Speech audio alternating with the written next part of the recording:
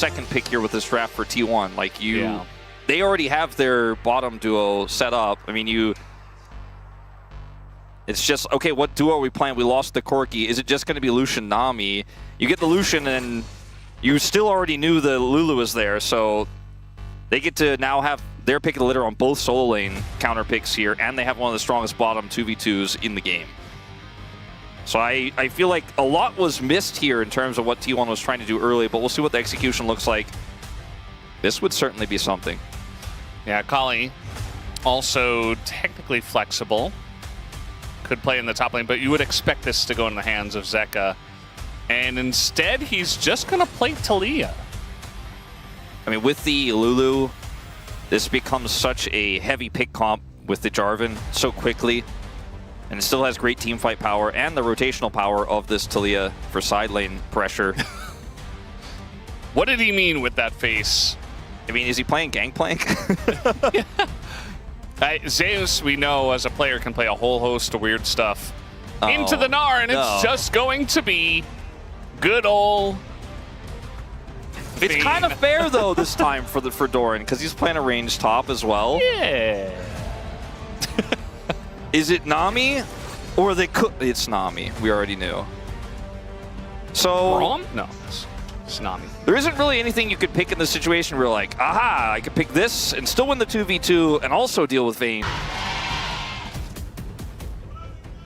미니언들이 생성되었습니다.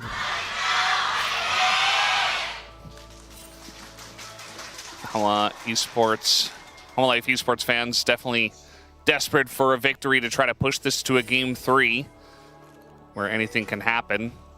I really do feel like, you know, draft-wise, there is just so much going right for the side of HANWHA Life Esports. On the side of T1, you know, it's definitely still playable. There's a ton of pick potential, a lot of power in the mid-jungle duo. You have tons of burst with Annie Lucian. Like, if you get ahead, you can really punish them very hard.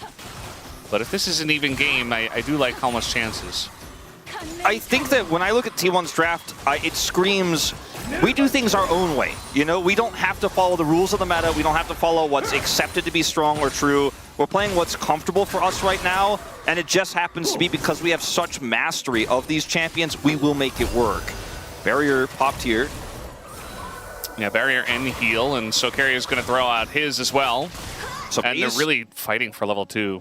Paze maintains barrier advantage. That's actually pretty huge in this bottom 2v2, especially if they got 2 first. They will not. Doesn't end up mattering too much. But actually having that extra barrier, if Guma drops Q, for example, Paze absolutely has an all-in angle. Intense 2v2 here in the bottom lane. Yeah. Fleet footwork for Zeus as well as Ghost on this Vayne. Makes a lot of sense in this matchup.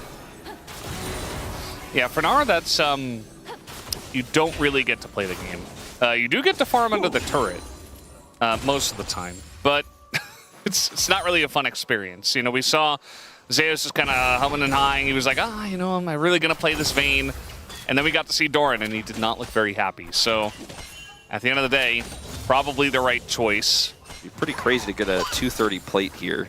Yeah. And at the end of the day, if you consider the composition of T1, if they go all in onto one target, let's say they take out the Vayne, you still have Yunara. You know, it's part of why these double AD carry compositions are very popular nowadays. It's pretty similar to what KT did with their Lulu comp, right? Where they had the Lulu Vayne and the Nocturne, where the Nocturne was also the engage tool. And it's it feels like HANWHA Life Esports really taking a page out of their book, which was successful against T1. Won't talk about that, but a plate did not yet go over to Zeus, but he still has 200 gold the advantage because Doran is just trying to get the minions as best as he can. Yeah, with Kanavi down on the bottom side of the map, looks like Zeus is just going to respect the Lee Sin in this game. Yeah, Doran going to set up a freeze here so that he can just keep the wave in a threatenable spot. Oof, it's a tough one though. Here for the Gnar, as you can see. At least he didn't get stunned into the turret there. Yeah, he's still got the silver bolts into him though, the 3 stack, and that's just going to be an early back from Doran. Owner looks like he was spotted on his way to mid. Cull buy for both Pays and Guma, as Pays uses barrier later, and a later trade, so Guma will actually get his back up first. This doesn't hit Gumayushi, so zooming in on this lane incredibly closely, as there hasn't really been any jungle attention just yet. Both of these junglers can make pretty strong impact pre-6, but we're going to see Zeka with the first roam, with control vision in the river here towards the top side, try to get Zeus further ahead. He will be spotted. Let's see how this one's going to go. Doran does get stunned up, and now just trying to avoid the stun. There it is. He does get away from that, but the damage might just be enough. One auto from Zeka, and it's first blood for him. Faker up on the top side, but he's just a level 5 Annie. And I think, yeah, he's just going to have to back away. He doesn't quite have the damage just yet. He's got to be super frustrated because the alternative was he just pushes mid and maybe grabs a plate at least. You know, Crystalline Overgrowth procs, pushes his quest up ahead a little bit. He instead just comes up here and catches Doran's wave, and we'll still get some farm out of it, but not really a win in any regard. And Taliyah can surf back to lane pretty quickly. So not really a trade-off here for Zeka in any meaningful way. Doran does have flash in this situation. You can see still gets shoved. Goes for the hop. Kadem actually almost knocks him into the wall there. That would have been disastrous, but even still Zeka can flash to avoid the turret shot. Now they're looking for Keria. Yeah, Keria is going to flash it though. The damage is not quite there actually. The dive is kind of going wrong, although Zeka is here now, and I think eventually they should kill these guys as Pays does go down. Zeka very low. And it looks like Keria as well, not very long for this world. And once again, Faker's here, but a little bit too little too late. So that's a double kill for Guma on the Yunara. We mentioned Taliyah so many times. This pick has a lot of agency, a lot of roam power. It just hasn't been working that much here in LCK Cup domestically. But now that we move into LCK 2026, this is a pretty high impact performance from Zeka because he saves the day here, so to speak, when this dive goes a little bit awry. Delight takes all the turret shots he can, but level 6 gets hit here for Zeka, so he can Weaver's Wall in. And unfortunately, despite some heroics here from the bottom duo, and Keria's initial flash was great, they are going to get taken down, and Faker is too late, and Owner is nowhere to be seen. Yeah, Owner just hanging around the top side a little bit, and then eventually just went back to farming. The problem with losing lanes is that, you know, sometimes you can't really...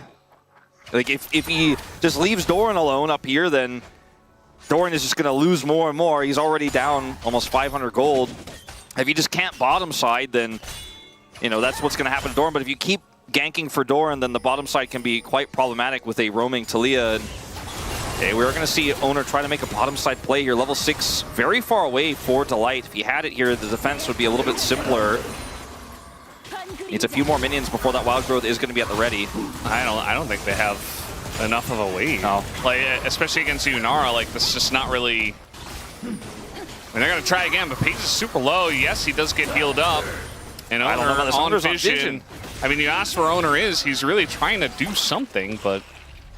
And now he shows here, right? Yeah. They're going to make the top side play potentially. I mean, they can't kill Doran, but he still can't kill the minions, Valdez. So this first pick, Gnar, not quite working out. I mean, it's just really difficult. Like, there's just not much that you can blind. I feel like Jace is really the only thing. Oh, Wadid's going to get excited about this grab. Yeah. But yeah, it does feel like, you know, as Wadid was saying in the pre-show, like, there's really just not a lot of blind picks nowadays. And so you just get punished so hard. And T1 were like, well, the only thing that's left is Gnar. We have to get it out early so that we can, you know, pick other stuff while still getting a blind pick. And now it's just getting punished so hard. It just feels really bad. Guma's flashing on in. And they are going to get that kill on a Keria. Maybe even Pays. Level 6 hits. And the barrier does save his life just barely. But it's still not winning for T1 as HLE are dominating the bottom lane. Owner tries to make a pass on Zeka in the mid lane. Then we'll just have to take some grubs here as consolation, which is something significant in return. But the question becomes, when will T1 champions hit turrets anyways in this game, as Faker was given some alone time in the mid lane to take out that first plate with Crystalline Overgrowth. Or might have even been with Owner coming there just moments before. But otherwise, the turrets are kind of untouched right now for T1. See, we'll get those and the Scuttle Crab to put a dent in the gold deficit. But You and I had questions about the draft. I had serious questions about the Gnarly Sin. And they have certainly become a bit of a pain point here in this second game, as this is just a wild growth setup with the slow here from Guma. Slides in with ult, flashes through for the wild growth, does not get enough damage done here to Pays. Was looking for both of them. And Pays with barrier will barely survive, but that is the only good news here for T1. Yeah, it's not feeling very good for them. And hey, you just got to be careful. I mean, Lunara does have nice pick potential of her own with that Slurkle. And, you know, that's all Guma had to do, essentially. The second carrier got out of position. That was it. And Tiber's going to go down very early after Faker uses that for just pressure in the lane. Owner still trying to find somewhere to make this Lee Sin find value outside of farming the jungle. It's not necessarily his fault. It's just, it really isn't a good option. I think that mid could have been looked at, but Zeka spent so much time out of the lane in the top lane that, you know, there wasn't a lot of setup to try to make something happen there. Kanavi is just finding ins where Owner is unable to respond. See if they can do something here. Yeah, Zeus, I think he knows he's kind of... He's got Ghost and Flash. Okay, well, he is going to be spotted, and there's the kick into the Q, and no avoiding that. Zeus doesn't use any summoner, as he knows he's dead. With Kanavi coming over, thought perhaps Zeus was going to look for an outplay. Yeah. Pays? Guma wasn't sure he was going to win that, but Pays was sure he was going to lose it. Nami has healing, you know, okay. It's okay. A little bait as Faker was walking down the river, I suppose. Zeka does have Weaver's Wall, but instead he's just going to opt to say, look, it's still a winning trade, despite it looking funny, and I'm just going to get plate gold. As Kanavi is pretty far away here, you can see he's coming through, and they see him on a control ward, so they know they have enough time here to extend this play, despite Zeus trying to get a little alcovey here. And honestly, I think even if he flashes back, they still get him. Oh, got a little play down here. The bubble on Aguma. The wild growth is there, but he is so low as down he will go. There's the shutdown for Pays, and now another kill as Owner. He does get some value on this Lee Sin, picks up a kill. And Faker doesn't show up, gets to get a free plate in the mid lane. And that was a big swing here for T1 there on the bottom side. Kanavi will defend this turret and will grab some of these minions, but really unfortunate for Guma and Delight. Down flash. Faker's just going to drop the bear to even annoy Kanavi. And Talia a little bit too late on the play to impact the bottom side. Teleport's available for Zeus now. Here in this top lane with his role quest completing. So we'll watch this one more time here. Pays takes a lot of damage, but I mean, there's control vision here for Owner. I suppose somewhat forgivable here for the HANWHA Life duo, but if you don't have vision there, you got to be a little bit more cautious. And Zeka was coming down. I think a little too aggressive from Guma. Kanavi is going to find Pays in the bush, and Pays does not have his culling, but a huge chunk into them already. Carrier looks like he wants to continue things. The bubble has to be flashed.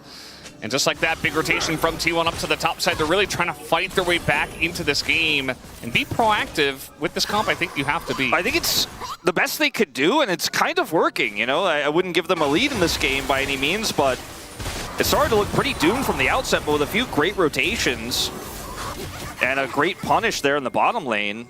Carrier is once again kind of the hero of the day on this Nami. Grabs the flash out of Kanavi. TP here is going to delay. Oh, Zeka, he's going to be caught big time here. Has his flash. No opportunity to use it. An Owner on this Lee Sin showing why he picked it up so early. And the first turret is going to go over to T1 as well here on the top side because they defend the bottom turret with the TP from Doran. And things are starting to really go wrong here for HANWHA Life Esports. No longer with a gold lead. Yeah, it's kind of insane. I mean, they were really in control of this game, and then all of a sudden, in the span of about 2 to 3 minutes, it's like T1 just wrench it back, the control of this one. And like, it's similar to game one, right? You know, HANWHA had a pretty nice lead. Things were going really well, and then Guma makes a mistake in game one. Guma makes a mistake in game two. This one, just a really good angle from Owner. They have so much deep vision on the top side of the map after what they set up just moments before, and he just decides to wrap all the way around, and Zeka doesn't have an opportunity, like you said, to use flash. Yeah. And Kanavi was there, which explains why Zeka was playing so aggressively for the pick. But Lee Sin is faster, as it turns out. And Owner's able to get in and do the damage and essentially separate the two HANWHA Life Esports members before Kanavi can do anything. As at least HANWHA Life Esports will say, well, we got the first couple of Drakes. And it's not going to be Ocean Soul this time, as the Ocean Drake was first. I'll have to wait and see what it is. As Owner's here, though, so kind of being annoying on Lee Sin, but eventually it does go down to HLE, and it's Cloud Soul. All right, so we went from Ocean to Cloud. Bit of an upgrade. Pretty good for these comps. Doran is going to have free reign in this top lane. The Vayne doesn't necessarily scare him as much anymore. Guma still has a massive lead, which is why HANWHA Life Esports have a gold lead in the first place, and a lot of the money here for T1 is on Lee Sin. So it was exciting that they had the big gold comeback. It was exciting they were able to make those picks work, but there's still 2 dragons down. This Yunara is still incredibly powerful in team fights. And the game is a lot more even than it used to be, but Doran may be caught here. Zeka on the angle. He does have flash, and let's see if he can get out of the rocks. Yeah, he's just going to flash away from that one as the... I'm not sure about that one, Zeka. He is going to get kicked away as the Q comes down, and Doran is so strong on the Snar, he's going to hop on over. And Owner picks up his 4th kill as the bubble's so close to getting Zeka. And...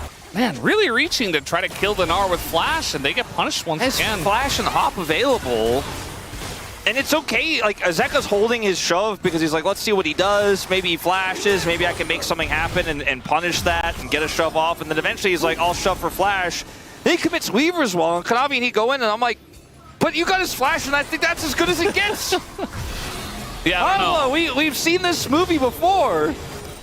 I feel like, you know, game number 1 did happen. You know, we were here, we saw it, but with the way that Owner's playing on this Lee Sin, maybe he just has to get POM. I don't know if they end up winning this one 2-0. It is a big question, right? I mean, Zeka here is just like, guys, I'm trying to leave.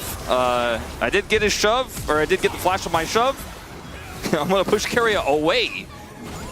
Yeah, flash bubble. He TP'd for that, so... they wanted to make something of it, but it just did not work out. Pays down 1,200 gold, takes half of Guma's health bar, and I mean, even if HANWHA were ahead on gold, I wouldn't believe the lead. Zeka doesn't have flash. Oh, everything's gonna miss. Okay. As now we go aggressive right into the bubble as Guma flashes away, but is still going to die. Space comes in and shuts him down. His ankles were broken, Valez. It's a bit of a yikes, and Keria gets the bubble again. He has to flash away. And some of the calls here in terms of confidence with the Yunara versus Lucian have been all over the place for Guma this game.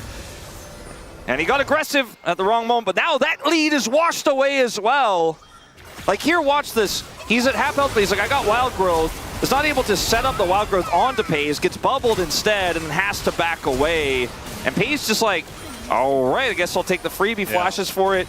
If you're gonna go that aggressive, you have to flash the bubble. Like there's just no excuse for that, you know. If the bubble's coming in and you have flash, like if you get hit by it, you die. And that's exactly what we saw.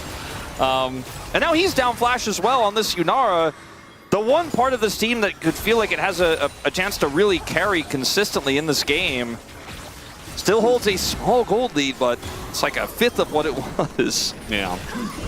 And now T1 all of a sudden, like this is the reverse snowball, going very aggressively in their direction. They get the Rift Herald, and Owner is just, gonna drive around the bend. You didn't see this one coming, did you, HANWHA Life Esports? I don't think I've ever seen that. It was pretty Safety. Cool. Zeus is just dead. Oh. All right, well, I mean, Zeka's that's like, first damage. Zeka's like, you know, interestingly, there's no one here topside. I guess they'll get a turret. And both Soul Laners just kill Zeus, and they'll get a turret in exchange. As this mid turret took a huge hit from the Rift Herald.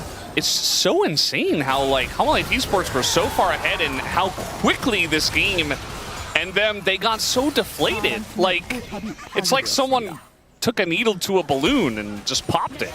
Yeah, I mean, just T1's having better team play. Better rotations around the map. You know, the play from Guma has not, it just has not backed up the lead he had, right? Like, he hasn't been able to do anything with it.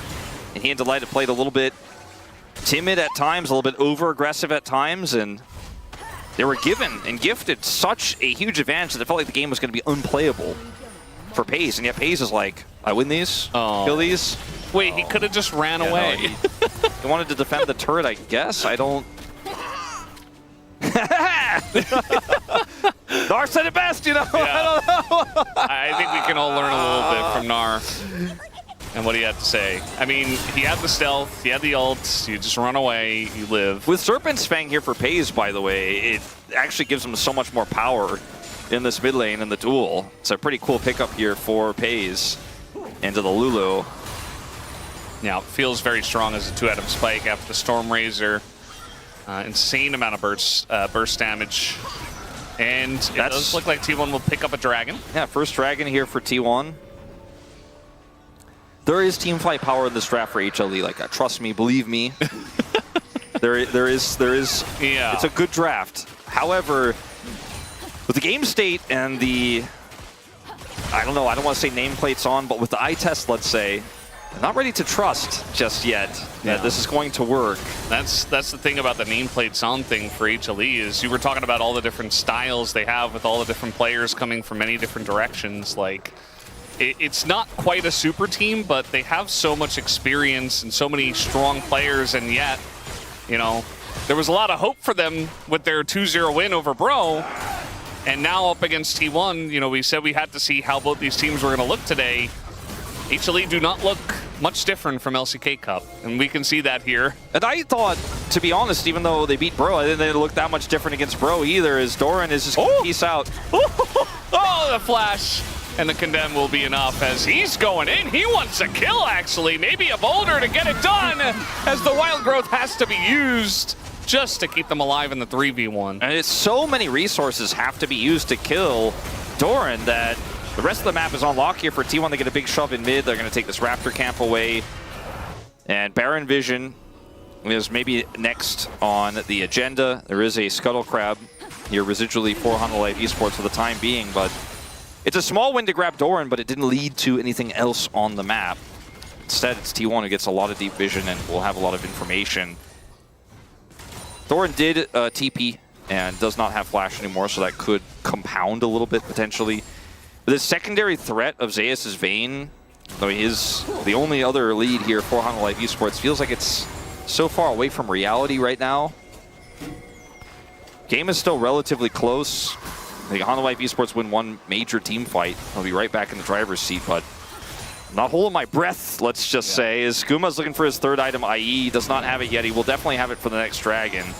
Look at the builds here for Doran as well, going for the Randuin second into the Vayne and the Yunara. It's double 80 carry, and you're up against Talia, who isn't that much damage. We've seen that be her biggest issue in the LCK, is that she just doesn't do enough damage, and theoretically the 280 carry should be enough, especially from ahead, but if you've got a decently fed Gnar that got through the lane and has Randuins, like, are they really going to be able to deal damage to him? I don't think so. Well, the other question is, can HANWHA Live Esports muster a 5v5 team fight where everyone's grouped on the same page?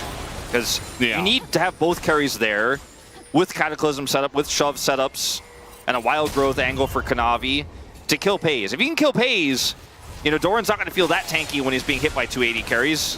If Doran, though, is the one who's able to manipulate the fights and set things up with great setup Nars, right, with deep vision they have and prio on objectives, then the game plan gets a little bit trickier for HANWHA Live Esports, right? Because FaZe is such a massive burst threat that if he can kill either Guma or Zeus, and then Doran's kind of tanky, and then he, you know, gets another rotation of spells off and kills the other 80 carry, that's when you have a problem. And there's so much setup CC here with Anami, with the Annie more than anything else, but Meganar and Owner can help isolate a single target. If Guma dies first, you're really going to have problems as Zeus cleaning up the fight into all of this threat. And I think for HANWHA Live Esports, you really need to strike first and then let your two carries clean up. Yeah. We saw that Owner was second most gold on his team, behind the 80 carry, of course. And, you know, generally we don't like to see leads on Lee Sin, but with Owner playing it, I think I'm okay with it. I think, you know, especially for this point of the game, you know, we're definitely not in the late game by any means, and with the Lee Sin this fed with nearly 3 items, you know, 2.5, I think he can actually do a ton of work, and there's really not much that HLE can do about him. There isn't. Zeka is going to lose some health here. I don't know if this is really what FaZe was 100% looking for, but they just want to get this turret, and I don't think they will. But there's just not much to do here until that next objective spawns. Faker has a full push in mid that they're going to have to answer to. And setting up for Prio on Dragon is so incredibly important. If you are able to get that as T1, it feels like it's a freebie, and you've already got so much control over the top side of the map. I don't think HANWHA Esports can sneak a Baron at this stage. See if Guma can pick up IE. With 25 seconds to go here, that would be massive. I think he probably does have it, and that means he's ready to carry a team fight. He does lock that in, so this is probably the game-deciding fight. Yeah. You know, everything considered up until this point, like HLE have not played well, but if, you know, they play one team fight well, there's still a chance for them. You're not super far behind. They are looking to threaten that Baron trade for Dragon that I was talking about, but T1 are covering both of their bases. That they can have Owner solo the Dragon while they group here and say, you don't have enough prio to actually start this in turn, even with IE on the Yunara. Your Talia just doesn't do enough damage. Bit of a flank here for Zeus. And T1 is calling the bluff to like, yeah, I know you're not doing it. I know you're not doing it. Yeah. And they do have a lot of experience in this exact moment. And a very important moment. Dragon's done. Owner soloed it, and now they're going to start the Baron. And now, guess what? Owner's going to come over. Doran has 16 and TP. He just lost Meganar, I do believe, but might have it off cooldown. So they got him off the lane, but now what? Well, at least they got the TP. That's really all you can say. The T1 are like, is all this right. my Baron? Is this Baron for me? All right, nice dodge there. Sidestep from FaZe. And he's been quietly having a very strong game himself. Doesn't really have the gold lead to show for it, but... When was the last time you were sure HANWHA was going to win this game?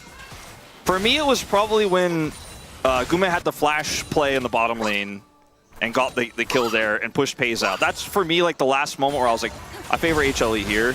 Yeah. Since then, it's kind of been completely downhill. There has just not been even a single moment where you're like, yeah, ah, yes, I see the angle. Well, they popped the balloon, you know? Like, the balloon was floating up. It was, you know, going into the sky, but then they popped it, so...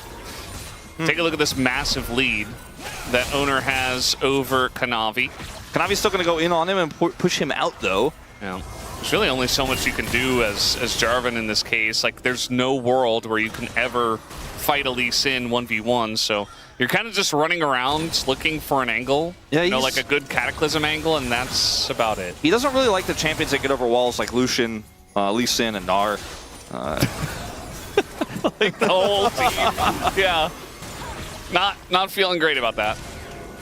He like goes in, gets stunned by Annie immediately. And T1 get a control word on this Baron, and they're like, you know what?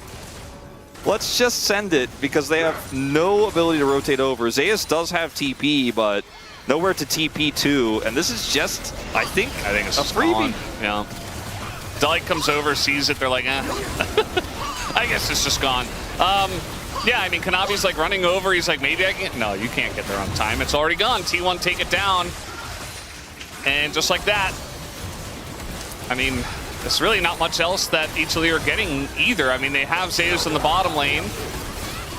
And he's just going to have to back based on the timing. So T1 pick up essentially a free Baron. Doran is going to grab this turret right away. Kanavi takes so much damage. Yeah. Actually insane, as FaZe has spent so much of this game just farming first strike as well. Yeah. And he's got his lead. You know, it's taken him a large part of time, like almost 30 minutes, to get that back painted blue, but he's got it. Ooh, FaZe. Well, he did the damage, but he did have to use his flash for it. And the tidal wave, I suppose. Guma's super low now. Doran looking for that Meganar. He's going to flash on in, get stunned and killed. So kind of between a rock and a hard place there was Doran. Zeka gets in as the Cataclysm is good.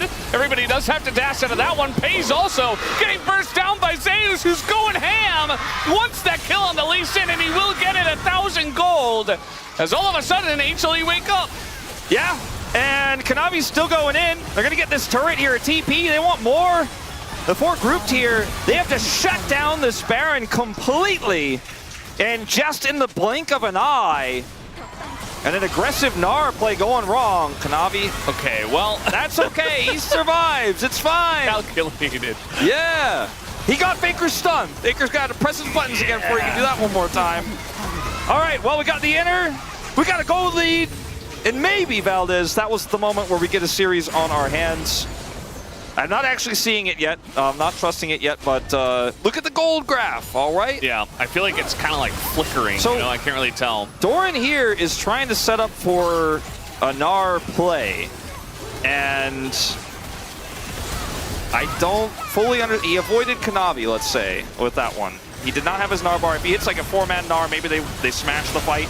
There's a great follow-up, but then Kanavi has his Cataclysm still. Guma gets bubbled. It's another great play from Kerio, by the way, but it's still enough damage here. Owner gets taken out, and now this is just a freebie for HANWHA Life Esports in terms of the push here through mid. Baron is still up for Faker and Keria, so they are able to get this turret back on respawn, but do we really trust that that means that HANWHA are going to win the next few team fights? Because that was kind of a mistake from T1, a bit of a donation from Doran, and You got to be careful, you know, playing in a long lane against a Vayne if, you know, they still do have a lot of chase potential with Jarvan, Talia wall, and obviously Vayne who can just run you down. So mistakes like that for T1, if you do it again, you will get punished big time like we just saw. it's going to be a third Cloud here for Owner. And for the best rotational team, basically in League of Legends history, having 3 Cloud Dragons feels a little bit unfair. They are going to have that. And that movement speed is valuable. Guma not having flash, Zeka not having flash, Zeus not having flash. These are things I'm very concerned about if we have any type of fight, any type of skirmish, any overextension here from HANWHA Life Esports because they're feeling the pressure, they're feeling the desperation in this game. They want to get some serious permanent damage to the base done. Doran picks up Sterak's. He has gotten such aggressive defensive itemization here in this game. It's difficult to kill him, but if you overextend like we saw before, it is possible. It's HANWHA Life Esports to get this blue buff and hold on to a minuscule gold lead. Basically dead even in this game. Weaver's Wall here a little bit sussy. A little bit weird. Just kind of strange. Can we get a WA TV on that one? Yeah, it looked like they really wanted to pull the trigger on an engage once again and maybe use the momentum they had from the last team fight, but Doran is... wall came out and then they called it off immediately.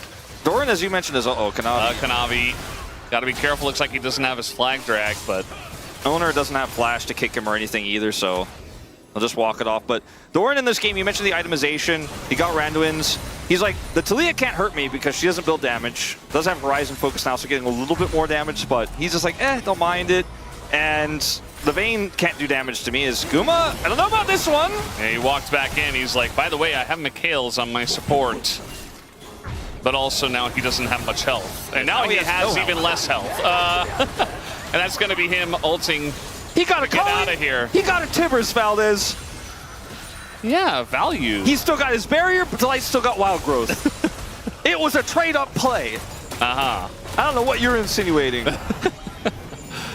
He's 600 gold ahead. You know, maybe if the Baron was about to spawn and he was able to get like a back and then, you know, they could run at the Baron, perhaps? Soren's like, oh, well, that was a little scary.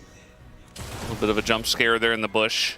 All right, we are heading to a late game fight that will decide this game. Whether it will be on this Baron or not is yet to be seen, but 40 seconds till it spawns. HANWHA Life Esports, despite some big wins and some gold swings, have not been able to get enough controlled vision around that pit to where you feel confident that they can actually contest a 5v5 fight. However, they do have Kanavi with GA, Flash, he is Jarvan, so T1 starting it off right now without getting a pick or without getting further control would be very risky. And this dragon doesn't spawn for 2.5 minutes, so we're really just fighting for nothing here. Well, we're fighting for our lives if you're Gumi, you see. That's what we're fighting for. And I guess Baron about to spawn, they can just run at this. And now Guma is gonna have to stay with basically no health. Hayes is a moving fountain laser right now.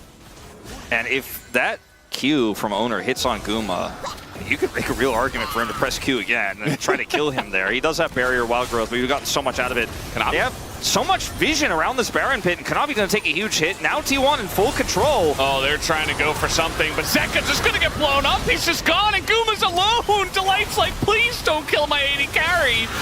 But they will.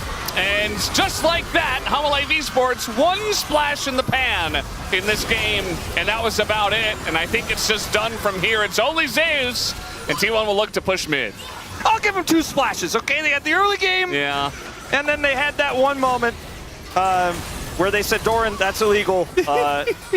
We will punish you. They're really trying to punish Zeus here. Send a message, perhaps. But the game is still over. At least it should be, as we're TPing to keep the minions alive.